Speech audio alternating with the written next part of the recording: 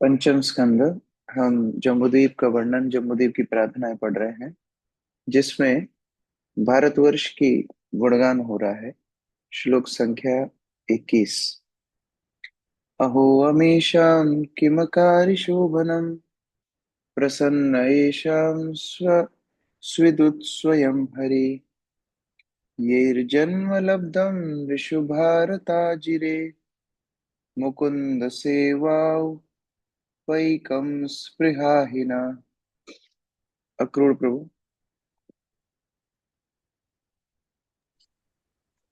अनुवाद। चूंकि आत्म साक्षात्कार के लिए मनुष्य जीवन ही परम पद है, अतः स्वर्ग के सभी देवता इस प्रकार कहते हैं। इन मनुष्यों के लिए भारतवर्ष में जन्म लेना कितना अद्भुत है। इन्होंने भूतकाल में अवश्य कोई तप किया होगा, अथवा पूर्ण पुरुषोत्तम भगवान स्वयं इन पर प्रसन्न हुए होंगे, अन्यथा वे इस प्रकार से भक्ति में सेवा में संलग्न क्यों कर होते। हम देवतागण भक्ति करने के लिए भारतवर्ष में मनुष्य जन्म धारण करने की मात्र लालसा कर सकते हैं, किंतु ये मनुष्य पूर्ण से भक्ति में लगे हुए हैं। हरे कृष्णा। भारतवर्ष में जिस प्रकार सुविधाएं हैं, जिस प्रकार व्यवस्था भगवान ने की है, भक्ति के लिए सबसे अनुकूल है। इसीलिए यहाँ पर देवता भी प्रार्थना कर रहे हैं कि ये भारतवर्ष में जन्म लिए हुए मनुष्य कितने भाग्यशाली हैं, जिनकी भारतवर्ष में भक्ति करने के लिए सुयोग प्राप्त कर रहे हैं। तो वो भी भारतवर्ष में मनुष्य जन्म धारण करने के लिए उत्सुक रहते हैं। नीतू माता जी। हरे कृष्ण प्रभु जी। तात्पर्य चैतन्य चरितामृत आदि 9.41 में इन तथ्यों की विशद व्याख्या है। भारत भूमि ते हेल मनुष्य जन्म यार, जन्म सार्थक करी कर पर उपकार। जिसने भारत देश में मनुष्य का जन्म लिया है, उसे अपना जीवन सार्थक बनाना चाहिए और परोपकार करना चाहिए। भारतवर्ष में भक्ति करने की अनेक सुविधाएं प्राप्त है। यहाँ के अनेक आचार्यों ने अपने अनुभवों का योगदान किया है और श्री चैतन्य महाप्रभु ने साक्षात प्रकट होकर भारतवर्ष के वासियों को यह शिक्षा दी है कि किस प्रकार परमार्थ जीवन में आगे बढ़ना और भगवान की भक्ति में स्थिर होना चाहिए। सभी प्रकार से भारत देश विशिष्ट है, जहाँ भक्ति की को सरलता में समझकर अपने जीवन को सफल। प्रभु जी स्क्रीन ऊपर कीजिए। हरे कृष्ण बनाया जा सकता है। यदि कोई भक्ति में सफलता प्राप्त करके विश्व के अन्य भागों में भक्ति का उपदेश देता है, तो उससे विश्व भर के लोग लाभ उठा सकेंगे। हरे कृष्णा प्रभु जी। और भारतवर्ष की एक और विशेषता है, महान महान आचार्यों ने ये भारतवर्ष में जन्म लिया और ये महान आचार्यों ने भक्ति का प्रचार भी किया। जैसे रामानुजाचार्य, मध्वाचार्य, विष्णु स्वामी, निम्बार्क स्वामी, श्रील प्रभुपाद इत्यादि सब भक्तों ने इधर जो प्रचार किया है, उसके माध्यम से भारतवर्ष भूमि और पुण्य भूमि बन गई। किम दुष्करैर्न क्रतुभिस्तपोवृतैः दानादिभिर्वा द्विजयेन फाल्गुना न यत्र नारायण पाद पंकजा स्मृति प्रमुष्टातिशयेन्द्रियोत्सवात्। प्रतिभा माता जी। हरे कृष्ण प्रभु जी। धन्यवाद। देवता आगे कहते हैं कि वैदिक यज्ञों के करने के, तप करने, व्रत रखने तथा दान देने जैसे दुष्कर्म कार्यों के करने के पश्चात ही हमें स्वर्ग में निवास करने का यह पद प्राप्त हुआ। किंतु हमारी इस सफलता का महत्व है यहाँ पर निश्चित ही भौतिक इंद्रिय तृप्ति के लिए लगे हुए हैं। अतः भगवान नारायण के चरण कमलों का स्मरण कर तक नहीं कर पाते। आध्यात्मिक इंद्रिय तृप्ति के कारण हम उनके चरण कमलों को लगभग विस्मृत ही कर चुके हैं। और देवता उसी अनुभव को समझा रहे हैं कि व्यक्ति दान, तप, तपस्या, पुण्य इत्यादि करके तो स्वर्ग जाता है, और उस स्वर्ग में जाने के बाद इतना इंद्रिय भोग है कि भगवान को भूल जाता है। तो ऐसे दान, तपस्या, पुण्य के फल स्वरूप भगवान की विस्मृति हो गई, अर्थात ये तो और उल्टा काम हो गया। लेकिन अगर भारतवर्ष में जन्म रहता तो भक्ति करने की ज्यादा अच्छी सुविधा रहती। सुजाता माता जी। तात्पर्य। भारत देश की इतनी महिमा है कि यहाँ जन्म लेने वाले को न केवल स्वर्गलोक का लाभ होता है, वरन वे साक्षात श्री भगवान के धाम को वापस पहुंचते हैं। श्रीमद् भगवत गीता में भगवान श्री कृष्ण कहते हैं, यान्ति देवव्रता देवान् पितॄन् यान्ति पितृव्रताः भूतानि यान्ति भूतेज्या यान्ति मद्या जिनोपिमाम। देवताओं को पूजने वाले देवताओं के भी जन्म लेते हैं, पितरों को पूजने वाले पितरों को, भूतों को पूजने वाले भूतों को, और जो मेरे भक्त हैं वे मुझको ही प्राप्त होते हैं। भारतवर्ष के निवासी सामान्य रूप से वैदिक नियमों का पालन करते हैं, जिससे वे महान यज्ञों को करते हुए स्वर्ग लोकों को प्राप्त हो सकते हैं। किंतु इतनी बड़ी उपलब्धि का क्या लाभ? जैसा कि श्रीमद् भगवद गीता में कहा गया है, क्षीणे पुण्य मृत्य लोकम विशन्ति। यज्ञ दान तथा अन्य पुण्य कर्मों के क्षीण होने पर मनुष्य को मर्त्य लोक में वापस आना पड़ता है और पुनः जन्म और मृत्यु के कष्टों का अनुभव करना होता है। किंतु यदि कोई कृष्ण भावना भावित हो जाता है तो वह भगवान श्री कृष्ण के पास वापस जा सकता है। यान्ति मद्याजिनोपिमाम। अतः देवताओं को इस बात का भी दुख है कि वृथा ही वे स्वर्गलोक के उच्च पद पर स्थित हैं। स्वर्गलोक के निवासियों को इस बात का खेद है कि वे भारतवर्ष की भूमि में जन्म लेने पर भी उसका पूरा लाभ नहीं उठा सके। इसके विपरीत वे उच्च स्तर की इंद्र तृप्ति के लोभ में आकर मृत्यु के समय भगवान नारायण के चरण कमलों को भूल जाते हैं। निष्कर्ष यह है कि जिसने भारतवर्ष में जन्म लिया है उसे पूर्ण पुरुषोत्तम भगवान द्वारा दिए गए आदेशों का पालन करना होगा। यद गत्वा न निवर्तन्ते तद्धाम परमम मम। मनुष्य को चाहिए कि वो पूर्ण पुरुषोत्तम भगवान के धाम अर्थात वैकुंठ लोक या फिर गोलोक वृंदावन वापस पहुंचे, जहां वो पूर्ण पुरुषोत्तम भगवान के संग आनंद पूर्वक शाश्वत जीवन बिता सके। हरे कृष्ण। रामायण में सरभंग के साथ जब देवताओं का वार्तालाप होता है तो उसमें एक चर्चा ये भी आती है कि आप मुझे स्वर्ग ले जाने का प्रस्ताव दे रहे हैं, तो स्वर्ग में मैं कब तक रह सकता हूँ? तो देवताओं ने बताया, देखो आपके जितना तपोबल है, जितने पुण्य है, उतने दिन आप स्वर्ग में रहेंगे, उसके बाद आपको वापस यहाँ भेज देंगे। तो उन्होंने बोला कि फिर मैं ऐसे अस्थायी रूप से जाना नहीं चाहता, मैं ऐसे स्थान पे जाना चाहता हूँ जहाँ से कोई वापस लौटाए ना। ये भगवान का धाम है। तो स्वर्ग में तो अस्थायी रूप से देवता जाते हैं, कुछ समय के लिए इंद्रिय भोग करते हैं, पुनः भूमंडल पे जन्म लेना पड़ता है। लेकिन भगवान के धाम में जो एक बार जाता है, पुनः उसको पतन नहीं होना पड़ता।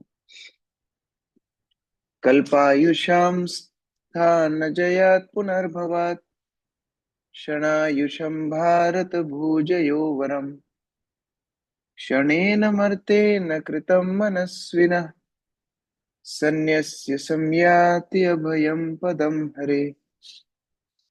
कमल सिंह प्रभु।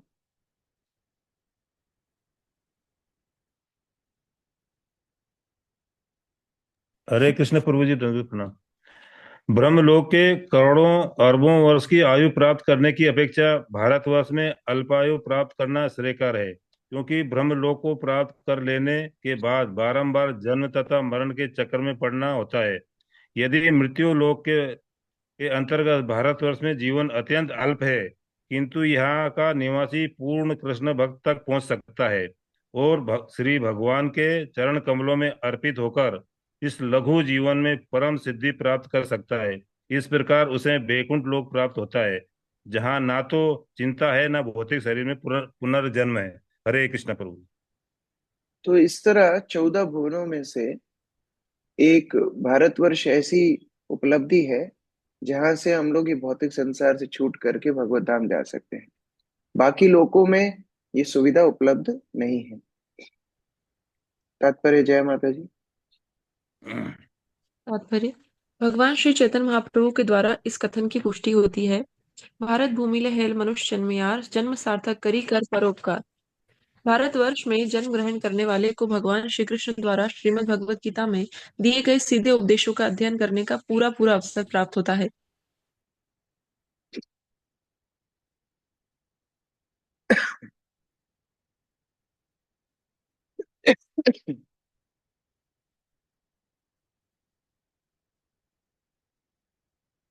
ये एयरटेल कृष्णा है माता जी।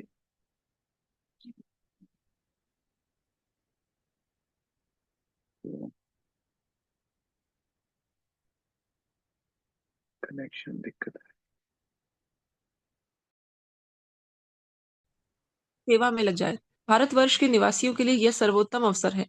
जो ईश्वर के धाम लौटना जो ईश्वर के धाम लौटने के योग्य होता है, उसे अच्छे या बुरे कर्म फल नहीं भोगने पड़ते। सारे कर्म बंधनों से एकमात्र छुटकारा पाने के लिए भक्ति, और भक्ति के लिए सबसे सुगम ये भारतवर्ष, इसलिए देवता भी भारतवर्ष का गुणगान कर रहे हैं। न यत्र वैकुंठ कथा सुधापगा न साधवो भागवतास्तदाश्रया न यत्र यज्ञेश मखा महोत्सवा सुरेश लोकोऽपि न वै स सेवताम्। बहुत महत्वपूर्ण श्लोक है। सुनीता माता जी।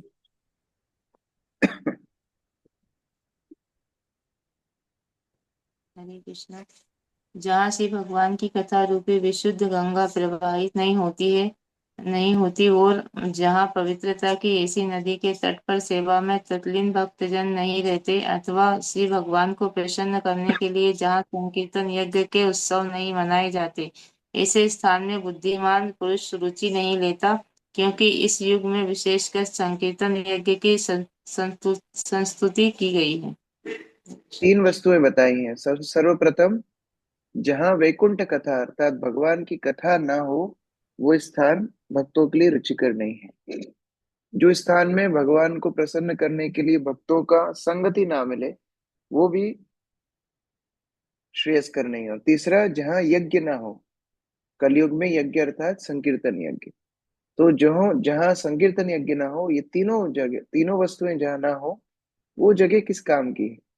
तो जो जो उच्च लोक है उसमें ऐश्वर्य तो बहुत है, लेकिन भगवान की कथा, भगवान का कीर्तन, भगवान के भक्तों की संगति यदि उपलब्ध नहीं है, तो वो स्थान अपवित्र है। प्रफुल्ल प्रभु।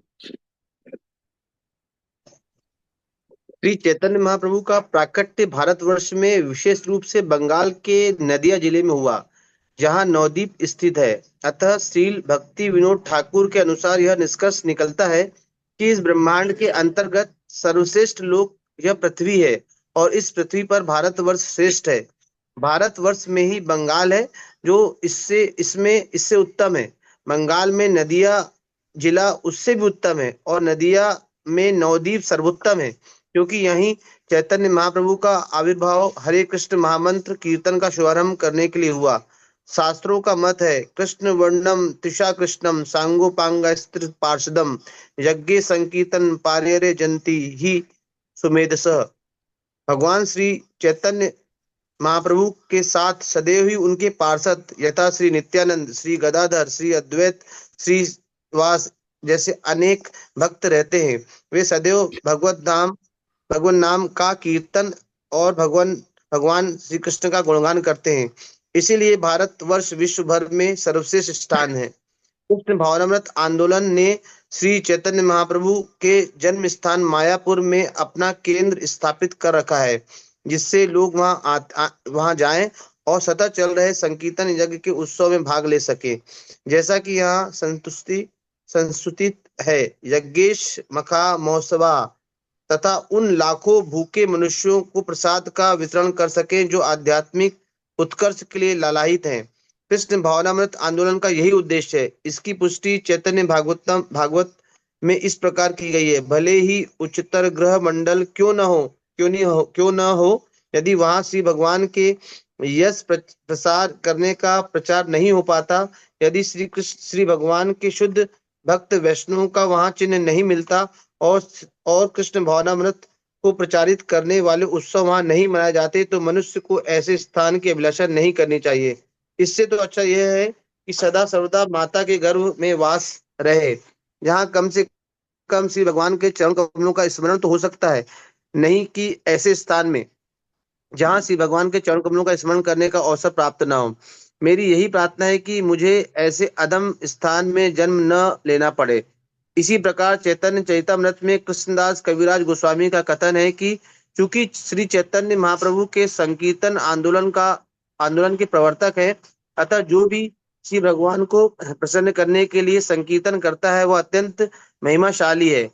ऐसा मनुष्य परम बुद्धिमान है, जबकि अन्य लोग भौतिक जीवन की अविद्या से ग्रस्त हैं। वैदिक साहित्य में जितने भी यज्ञों का उल्लेख है, उनमें संकीर्तन यज्ञ सर्वश्रेष्ठ है। 100 अश्वमेध यज्ञों की भी तुलना संकीर्तन यज्ञ से नहीं की जा सकती। श्री चैतन्य चरितामृत के लेखक के अनुसार यदि कोई संकीर्तन यज्ञ की तुलना अन्य यज्ञों से करता है तो वह पाखंडी है और यमराज द्वारा दंडित होने का पात्र है। ऐसे अनेक मायावादी हैं जो संकीर्तन यज्ञ को अश्वमेध यज्ञ तथा अन्य शुभ आयोजनों के समान पवित्र कार्य मानते हैं, किंतु ऐसा मानना नाम अपराध है। मायावादी भले ही ऐसा सोचे, किंतु श्री नारायण के पवित्र नाम का संकीर्तन तथा अन्य नामों के संकीर्तन कभी भी एक समान नहीं है। जिस अनुभव को यहाँ देवता व्यक्त कर रहे हैं कि जहाँ भगवान की कथाएं हो, जहाँ कीर्तन हो, जहाँ साधु संग हो, वो स्थान पवित्र है और भारतवर्ष की महिमा कर रहे हैं। तो उस भारतवर्ष में भी जो भगवान का मायापुर धाम है, नवद्वीप धाम है, जहाँ भगवान श्री चैतन्य महाप्रभु ने संकीर्तन आंदोलन शुरू किया, वो और महत्वपूर्ण बन जाता है, क्योंकि वहां भगवान का हरिनाम संकीर्तन करने का मौका हर जीव को प्राप्त हो रहा है। उसी के साथ साथ एक अनुभव बता रहे हैं कि कैसे भक्त माँ के गर्भ में रहने के लिए ज्यादा उत्सुक है, बजाय कि ऐसे स्थान में रहने के लिए जहाँ भगवान की विस्मृति हो जाए। कुंती महारानी भी ऐसी प्रार्थना करती हैं।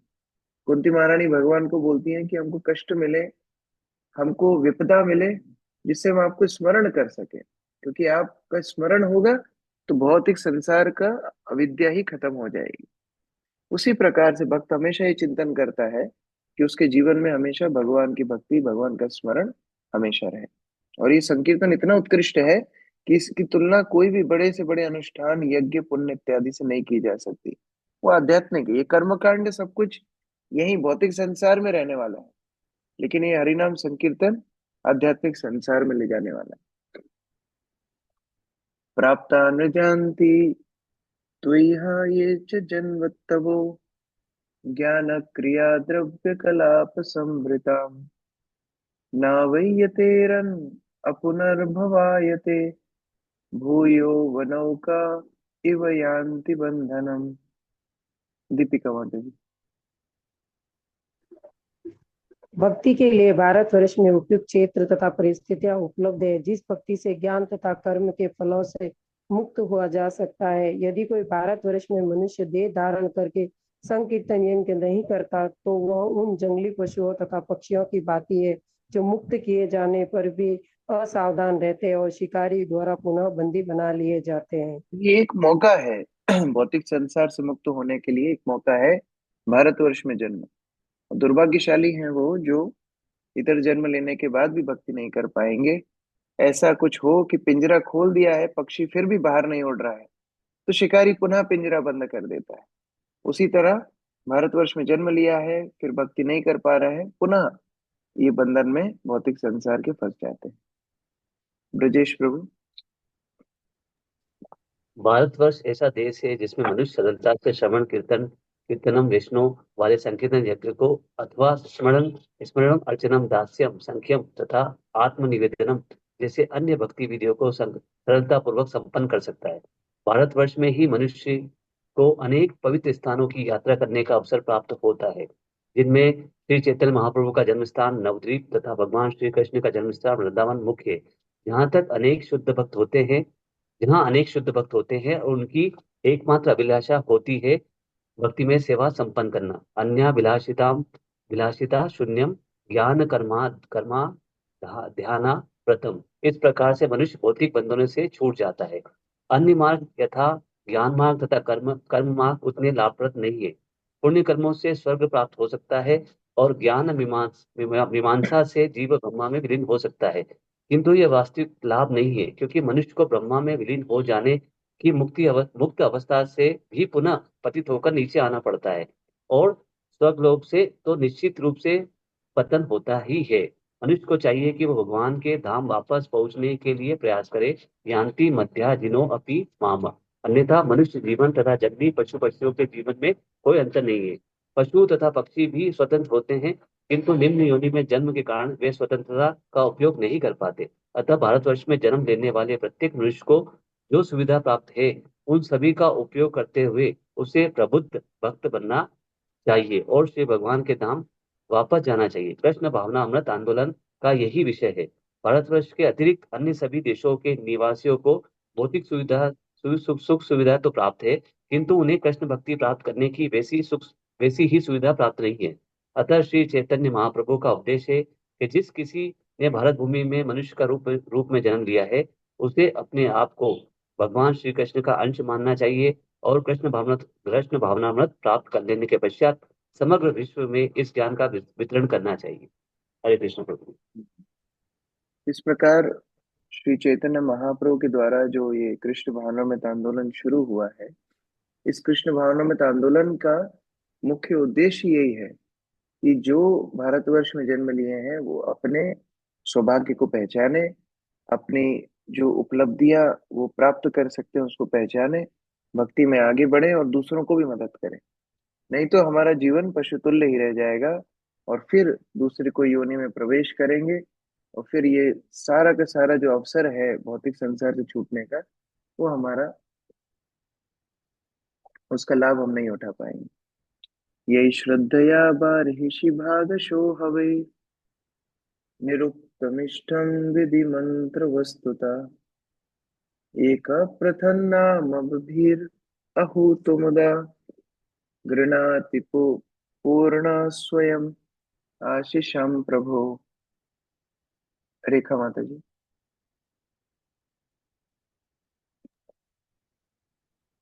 भारतवर्ष में परमेश्वर द्वारा नियुक्त विभिन्न अधिकारी स्वरूप देवताओं तथा ये इंद्र, चंद्र तथा सूर्य के अनेक उपासक हैं, जिन सभी की पृथक पृथक विधियों से पूजा की जाती है। उपासक इन देवताओं को पूर्ण ब्रह्म का अंश मानते हुए अपनी आहुतियां अर्पण करते हैं। फलतः श्री भगवान इन भेंटों को स्वीकार करते हैं और क्रमश इन उपासकों की कामनाओं तथा आकांक्षाओं को पूरा करके उन्हें शुद्ध भक्ति पद तक ऊपर उठा देते हैं। क्योंकि श्री भगवान पूर्ण है, अतः वे उनको मनवांछित वर देते हैं, चाहे उपासक उनके दिव्य शरीर के किसी एक अंश की पूजा क्यों न करते हो।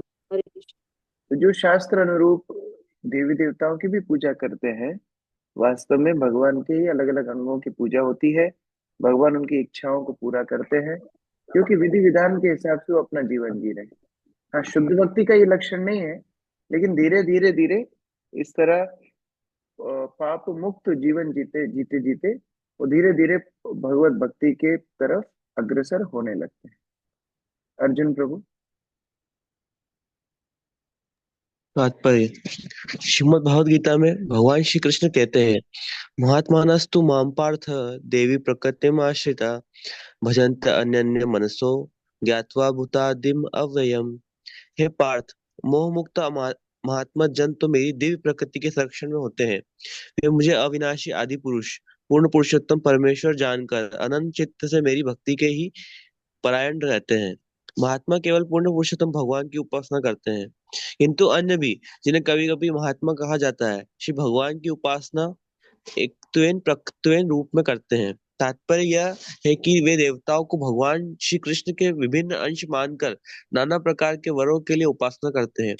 यद्यपि देवताओं के भक्तों को इस प्रकार भगवान श्री कृष्ण द्वारा प्रदत्त वांछित फल मिलते हैं, किंतु श्रीमद् भगवद गीता में इन्हें हिता ज्ञान अर्थात अत्यधिक ज्ञानी नहीं कहा गया है। भगवान श्री कृष्ण नहीं चाहते कि उनकी देह के विभिन्न अंशों द्वारा उनकी अप्रत्यक्ष उपासना की जाए। वे तो प्रत्यक्ष भक्ति उपासना के इच्छुक है। अतः ऐसा भक्त जो भगवान श्री कृष्ण की उपासना श्रीमद् भागवतम में बताई गई कठिन भक्ति साधना से तीव्रेण भक्ति योगेन यजेत पुरुषम परम करते हैं, उन्हें वे शीघ्र ही दिव्य पद प्रदान करते हैं। फिर भी जो भक्त श्री भगवान के अंश रूप देवताओं की उपासना करते हैं, उन्हें भी मनोवांछित फल प्राप्त होते हैं, क्योंकि सभी वरों के आदि स्वामी श्री भगवान ही है। यदि कोई विशेष वर मांगता है तो श्री भगवान के लिए ऐसा वर देना कोई कठिन काम नहीं होता। वास्तव में भगवान के अलावा किसी के अंदर सामर्थ्य भी नहीं है कुछ देने के लिए। देवी देवता भगवान के ही अधिकृत सेवक हैं। तो जब कोई उपासना करता भी है, भगवान के अंग मान करके करना चाहिए, और भगवान के अंग स्वरूप मान करके करेंगे, भगवान की धीरे धीरे भक्ति में आगे भी बढ़ जाएंगे। सत्यम दिशति अर्थितमर्थितो नृणाम नैवार्थदो यत् पुनरर्थिता जता स्वयं विदत्ते भजतामिनच्छता इच्छा पीडानां निज पाद पल्लवम। रागिनी प्रिया माता जी। हरे कृष्ण प्रभु जी। पूर्ण पुरुषोत्तम भगवान उस भक्त की भौतिक कामनाओं की पूर्ति करते हैं जो सकाम भाव से उनके पास जाता है, किंतु वे भक्त को ऐसा वर नहीं देते जिससे वह अधिकाधिक वर मांगता रहे। फिर भी श्री भगवान प्रसन्नता पूर्वक ऐसे भक्त को अपने चरण कमलों में शरण देते हैं, भले वह इसकी आकांक्षा न करें। और शरणागत होने पर उसकी समस्त इच्छाएं पूरी हो जाती हैं। यह पूर्ण पुरुषोत्तम भगवान की विशेष अनुकंपा है। दोनों श्लोक में अलग अलग पार्थक्यता है। एक, जो देवी देवताओं की उपासना करते हैं भगवान के ही अंग मान करके, उनकी इच्छाएं भगवान पूरी करते हैं, धीरे धीरे शुद्ध हो जाते हैं। लेकिन जो भगवान के शुद्ध भक्त हैं, भगवान उन्हें भौतिक वस्तुएं देते ही नहीं। भगवान उनको ऐसा आशीर्वाद देते हैं जिससे उनकी भौतिक आकर्षण खत्म हो, उनकी भौतिक इच्छाएं सारी समस्त पूर्ण रूप से संतुष्ट हो जाए। अर्चना माता जी। तात्पर्य पिछले श्लोक में वर्णित भक्तजन पूर्ण पुरुषोत्तम भगवान के पास सकाम भाव से पहुंचते हैं। इस श्लोक में यह बताया गया है कि उन भक्तों को किस प्रकार उन कामनाओं से बचाए जाते हैं। श्रीमद् भागवतम का उपदेश है, अकामा सर्व कामो वा मोक्ष कामा उदारधि तीव्रेण भक्ति योगेन यजेत पुरुषम परम।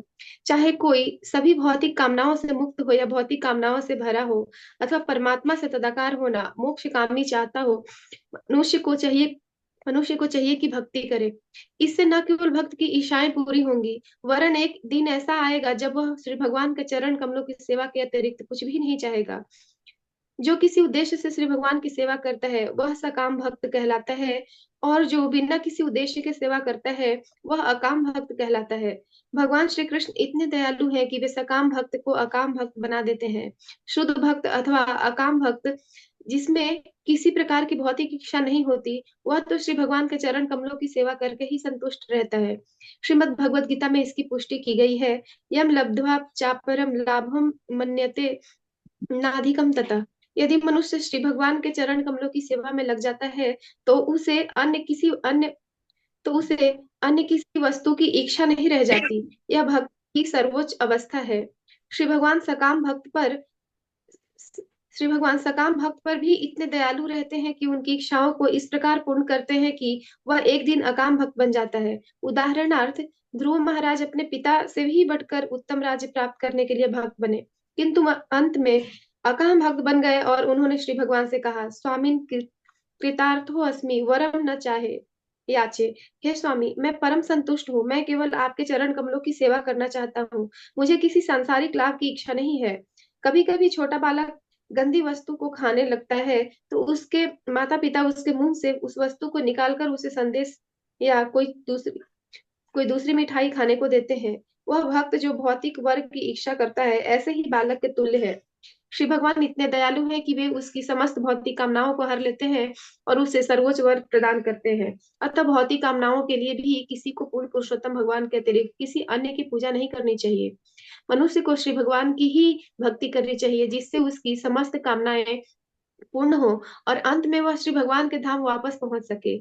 इसकी व्याख्या श्री चैतन्य चरितामृत में इस प्रकार की गई है, अन्य कामी हो सकता है कि भक्त श्री भगवान के चरण कमलों के अतिरिक्त किसी अन्य वस्तु की कामना करे, यदि करे कृष्णेर भजन, किंतु यदि वह श्री कृष्ण की सेवा में अपने आप को लगाता है, नाम मागितेह कृष्ण तारे देन स्व चरण, उसके न चाहने पर भी भगवान श्री कृष्ण उसे अपने चरण कमलों में शरण देते हैं।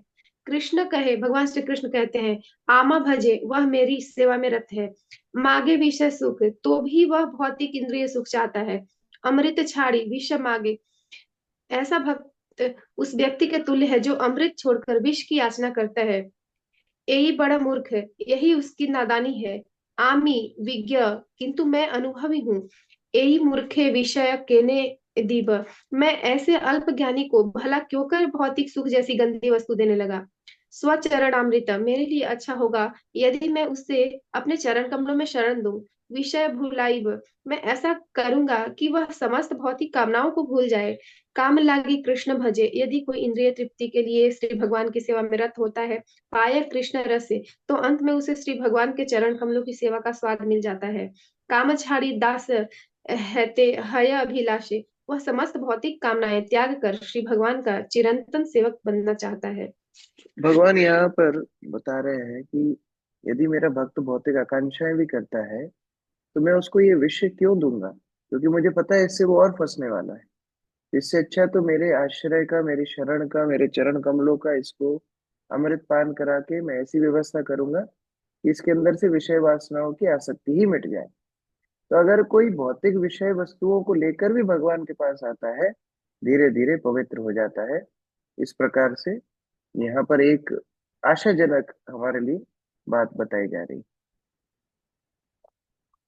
यदत्र न स्वर्ग सुखावशेषितम् सृष्टस्य सुप्तस्य कृतस्य शोभनम्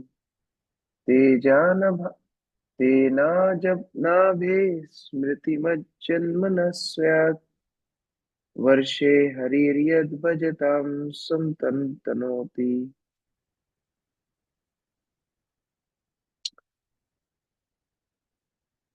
आशा माता जी।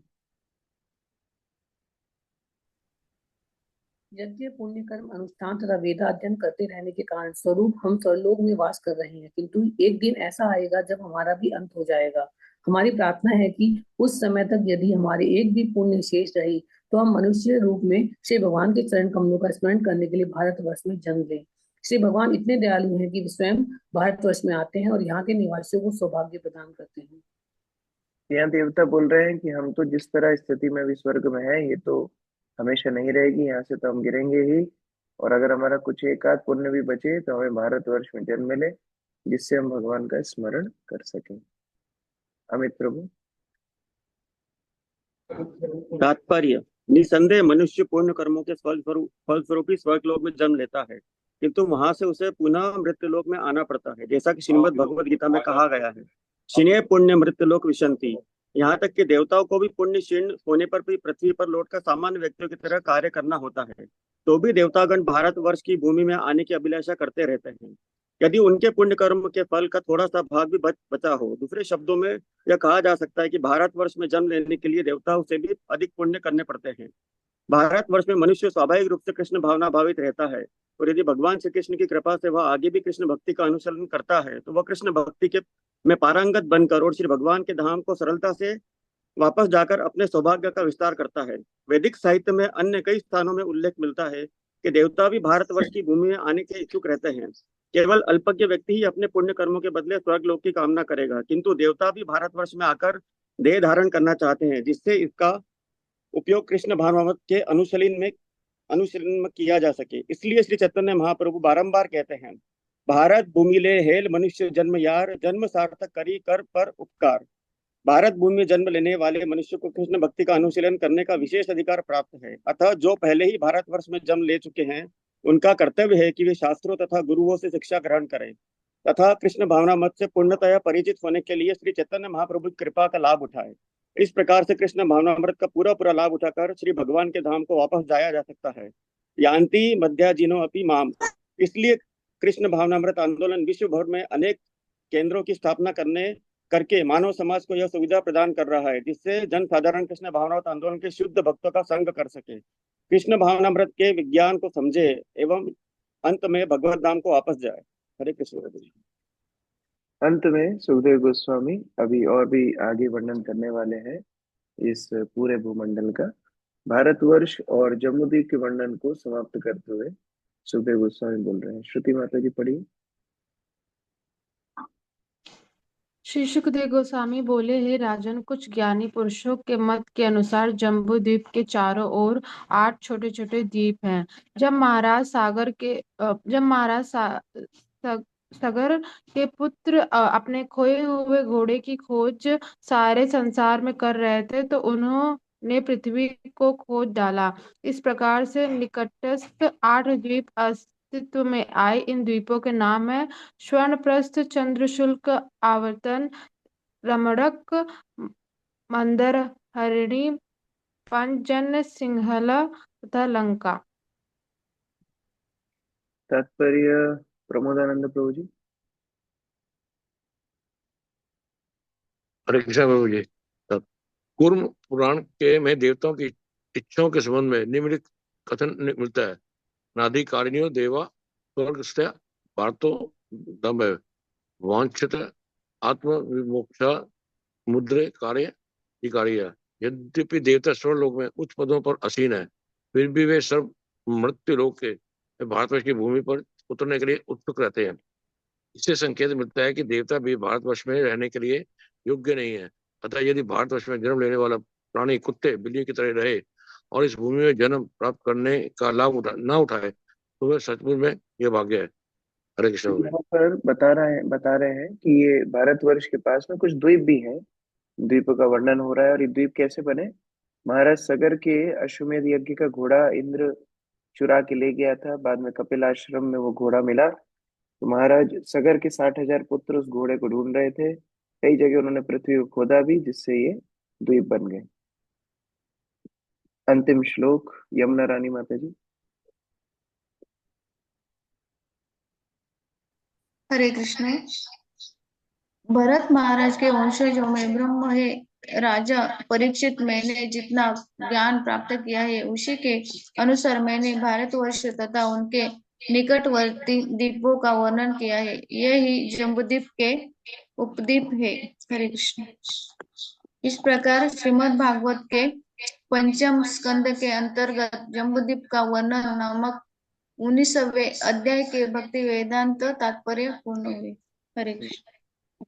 इन दो तीन अध्यायों में हमने बहुत सारी प्रार्थनाएं पढ़ी हैं, जहाँ पर भगवान की भक्तों की प्रार्थनाएं हैं और उनसे कई शिक्षाएं हमने ली हैं।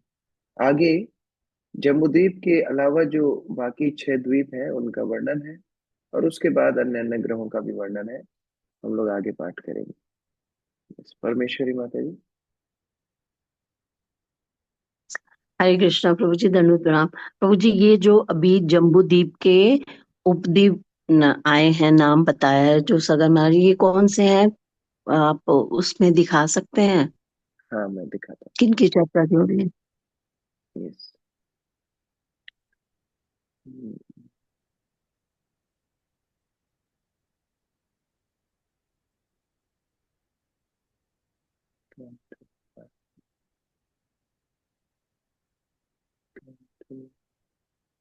चैप्टर 19। हाँ,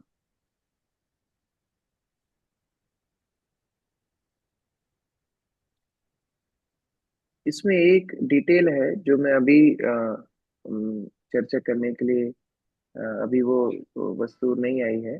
वो डिटेल में आगे बताऊंगा, लेकिन वो द्वीप अभी आप देख सकते हैं जो इधर उल्लेख हो रहा है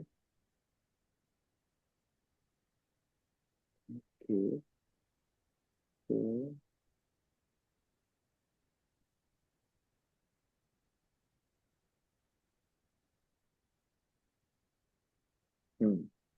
यहाँ पर ये जो हमारा, एक मिनट, ये जो हमारा जम्बूद्वीप है, देखिए जम्बूद्वीप के आसपास छोटे छोटे बहुत सारे द्वीप हैं।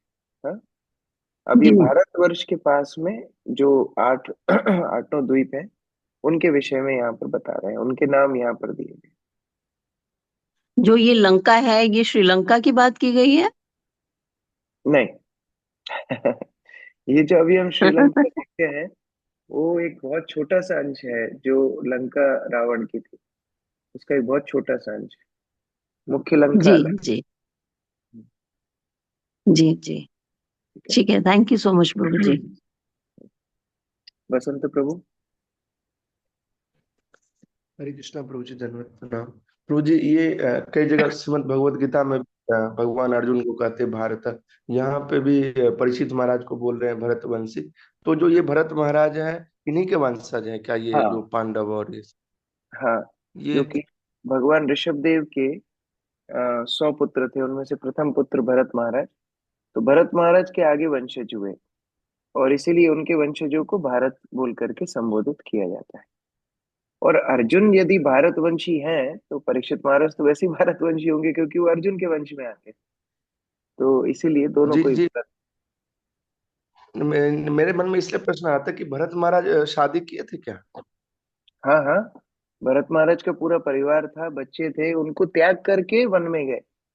हमने भागवत के पंचम स्कंद की शुरुआत में ये श्लोक भी पढ़ा था कि उन्होंने अपनी पत्नी, बच्चे, घर, राज्य सब कुछ ऐसे छोड़ा जैसे मलवत, जैसे कोई अपना नित्य क्रिया करके बाथरूम से बाहर निकलता है, ऐसा मलवत। तो ये एक उदाहरण भी दिया गया।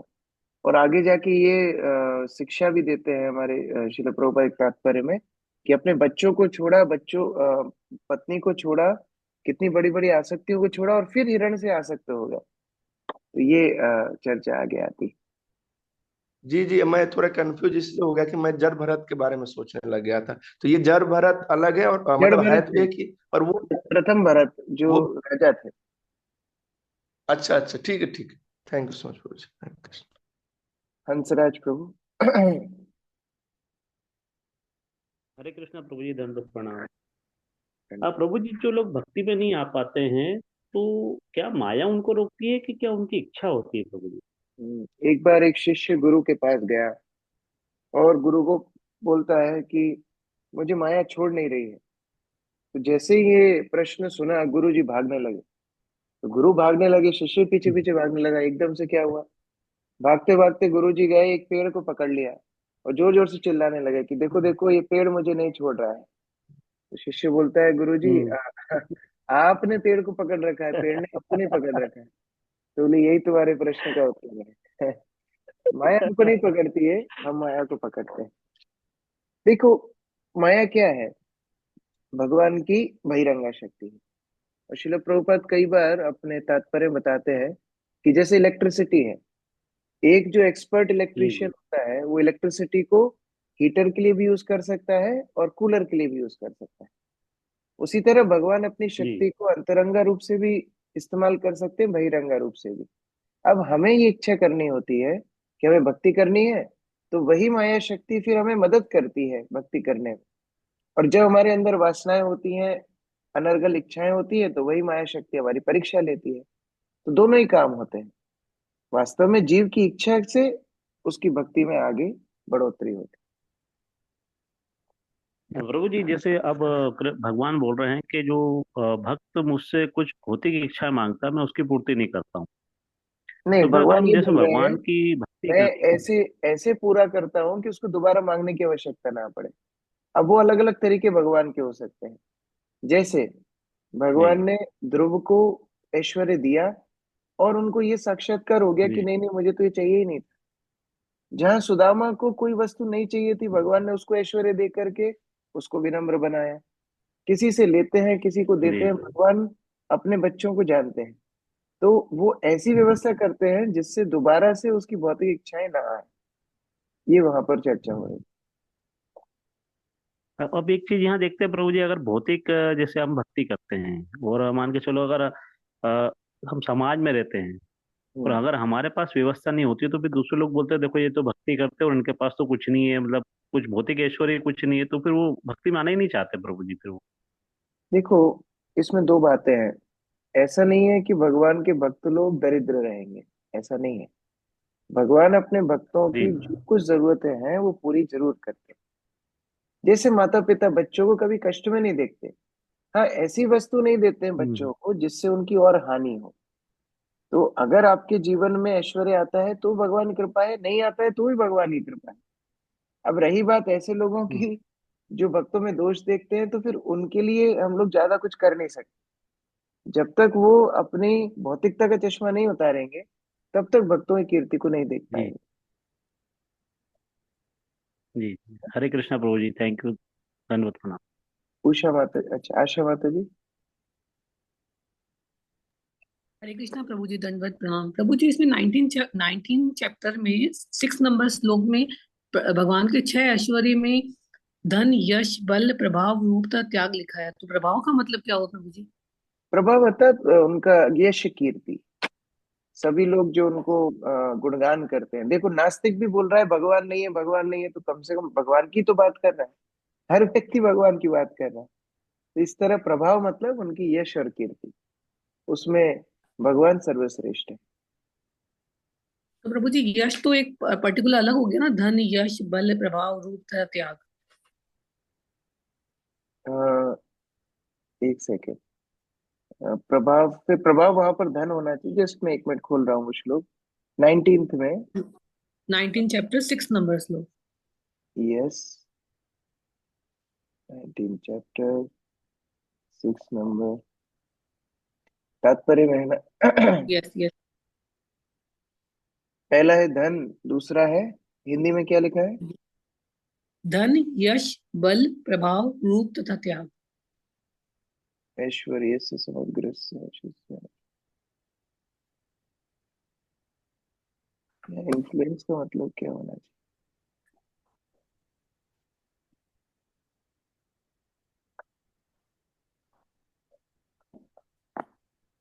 एक मिनट, इंग्लिश किताब में देख रहा हूँ हाँ प्रभु। प्रभु जी फेमस होगा ना? ना। Fame, fame. फेम प्रभुपाद ने अलग से लिखा है इधर। Wealth, fame, strength, influence, influence अलग से लिखा है। एक्चुअली वहां पर होना चाहिए नॉलेज। प्रभुपाद इन्फ्लुएंस लिखे हैं तो ज्ञान है, लेकिन ज्ञान को प्रभुपाद प्रभाव लिखे हैं, तो प्रभाव को ज्ञान से समझ भी सकते हैं कि जो ज्ञानी है उसका प्रभाव सब जगह होता है। विद्वान सर्वत्र पूजयेत, इसलिए हो सकता है प्रभुपाद ने वहाँ इन्फ्लुएंस प्रभाव का इस्तेमाल किया है। तो षडैश्वर्य वैसे ज्ञान है। ओके प्रभु। क्योंकि प्रभाव थोड़ा मिलता जुलता यश से लगता है, लेकिन प्रभुपाद ने ज्ञान के लिए वहां प्रभाव शब्द यूज किया है।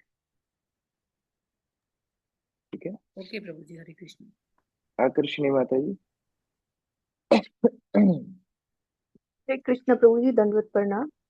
प्रभु जी, ये भौतिक इच्छाओं में ये भी आ जाता है क्या, जैसे अपने पति का बिजनेस डेवलप हो या अपने बच्चों का ब्याह कराना हो या उनको पढ़ाई में आगे बढ़ाना हो, तो ये सब भौतिक इच्छाओं में आता है?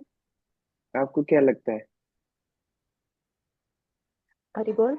आवाज नहीं आ रही प्रभु जी आपकी। आपको क्या लगता है माता जी, ये कौन सी इच्छा है? हरे कृष्ण। माता जी को सुनाई नहीं दे रहा। हरि बोल। हरे हरे कृष्ण। अभी कृष्णा। आवाज आई प्रभु जी। अभी आवाज आई मैं प्रभु आपको जी। पूछ रहा हूँ, आपको क्या लगता है, आपकी क्या भावना है? जैसे मेरे पति का बिजनेस अभी थोड़ा लो चल रहा है और बच्चे शादी लायक हो गए हैं और कोई पढ़ाई कर रहा है, तो उनका मन ऐसे पढ़ाई में भी, जैसे बिजनेस जब डिस्टर्ब होता है तो सारा घर डिस्टर्ब हो जाता है। देखो, इसमें इनके दो लिए हम बातें प्रार्थनाएं करते हैं। इसमें दो बातें हैं जो हमने अभी आज ही भागवत में पढ़ी भी।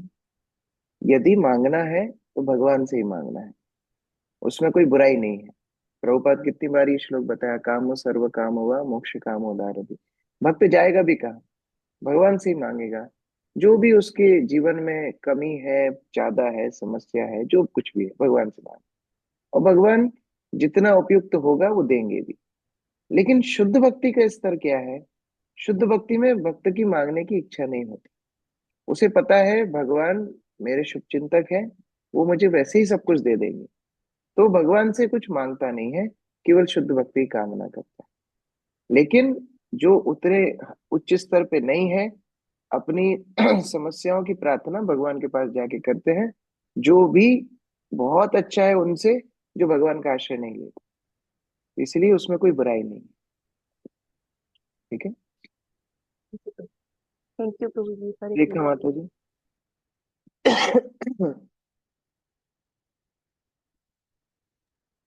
हरे कृष्ण प्रभु जी। प्रभु जी, ईशोपनिषद का क्या पर्पस है? किसका? ईशोपनिषद, श्री ईशोपनिषद ईशोपनिषद का क्या पर्पस है? वाले बुक में जैसे मंत्र दिए हुए हैं, 18 मंत्र, तो मुझे समझ नहीं मतलब किस क्या सिखाने के लिए बनाई है? उपनिषदों का अर्थ है जो भगवान के निकट हमें ले जाए, वो उपनिषद। और ईशोपनिषद विशेषतः हमें भगवान की स्थिति, जीव की स्थिति और क्या प्रार्थना भगवान से करना चाहिए, तीन वस्तुएं बताती है। तो बहुत प्रभुपाद ने इसको विस्तृत रूप से व्याख्या भी की है। प्रभुपाद की आप ईशोपनिषद पुस्तक पढ़ोगे तो उसमें आप देखोगे शुरू से भगवान की स्थिति को बहुत अच्छे से वर्णन किया गया है कि कैसे भगवान पास भी हैं, दूर भी हैं। जो अभक्त है उनके लिए दूर है, जो भक्त है उनके लिए पास है। भगवान चलते भी नहीं है, चल भी सकते हैं। किन के लिए नहीं चलते हैं, किन के लिए चलते हैं। भगवान देख नहीं सकते लेकिन देखते भी हैं। तो ये सारी स्थितियां कैसे भक्त और अभक्त के लिए अलग अलग है, ईशोपनिषद ने बताई। फिर विद्या और अविद्या क्या है, ये भी ईशोपनिषद ने बताया। किस वस्तु को विद्या बोलते हैं, किसको अविद्या बोलते हैं। अविद्या में पड़े हुए लोगों का क्या होता है, विद्या में जाने वाले लोगों का क्या होता है, ये भी बताया। और अंत में भक्त की प्रार्थना है, जहाँ भक्त भगवान को प्रार्थना करता है, हे भगवान, मैंने जो कुछ अपने जीवन में आध्यात्मिक उन्नति के लिए किया है, आप कृपया करके उसको स्मरण करिए। मैं अपना देह त्याग कर रहा हूँ, आप मुझे अपने आश्रय में लीजिए। बहुत ही सुंदर ग्रंथ है। आप एक एक करके क्रमबद्ध रूप से पढ़ेंगे प्रभुपाद के तात्पर्यों के साथ, तो आपको समझ में अच्छे से आएगा। ओके। प्रभु समझ तो जैसे जो लिखा हुआ क्लियर है, मतलब ऐसा कुछ नहीं कि समझ में नहीं आ रहा, लेकिन कंफ्यूजन से हो जाते हैं कि हर हर बुक में चीजें तो एक जैसी बता रहे होते हैं। तो इसमें हाँ 18 मंत्र क्या है, कैसे थोड़ा सा कंफ्यूजन हुई। देखिए, बार बार चीजें शास्त्रों में इसलिए बताई जाती हैं क्योंकि हम उसको अभी पालन नहीं कर रहे हैं। जब बार बार पढ़ते हैं सुनते हैं, तब कभी कभी चेतना आती है कि चलो इसको पालन करना चाहिए। अन्यथा सारे ग्रंथों का एकमात्र जो सार है वो यही है कि जीव को भगवान की भक्ति करनी है, भौतिक संसार से मुक्त होना है, शुद्ध भक्ति के स्तर पे आना है। अब चाहे भगवत गीता देखें, चाहे भागवत देखें, चाहे अन्य ग्रंथ देखें, सबका सारथी सार तो वही है। अभी भागवत पूरी जी सुनने के बाद सुखदेव गोस्वामी परीक्षित महाराज को बोलते हैं, तुमने बहुत सारे प्रश्न मुझसे पूछे पूरी भागवत में, मैं अब तुम्हें एक प्रश्न पूछता हूँ, बताओ तुम्हारी मृत्यु होगी कि नहीं होगी। परीक्षित महाराज बोलते हैं, मेरी मृत्यु क्यों होगी, मैं तो जीवात्मा हूँ, मैं तो शरीर नहीं हूँ, मैं भगवान का चिन्मय दास हूँ, मैं भगवान के धाम में जाऊंगा। तो अब सुखदेव गोस्वामी बोलते हैं, हाँ तुम पूरी भागवत समझ गए। अब ये तो भगवत गीता के दूसरे अध्याय में ही लिखा है, तो कोई बोलेगा फिर भागवत पढ़ने का क्या मतलब निकला। नहीं, ये बार बार इसलिए हमको समझा रहे हैं क्योंकि जिससे हमें साक्षात्कार हो, हम उसको पालन करें, अपनी भक्ति में गंभीर हो, इसीलिए। ठीक है। जी। हरे कृष्ण। हरे कृष्ण। ग्रंथराज श्रीमद् भागवतम की जय। प्रभुपाद की, भक्तवृंद की।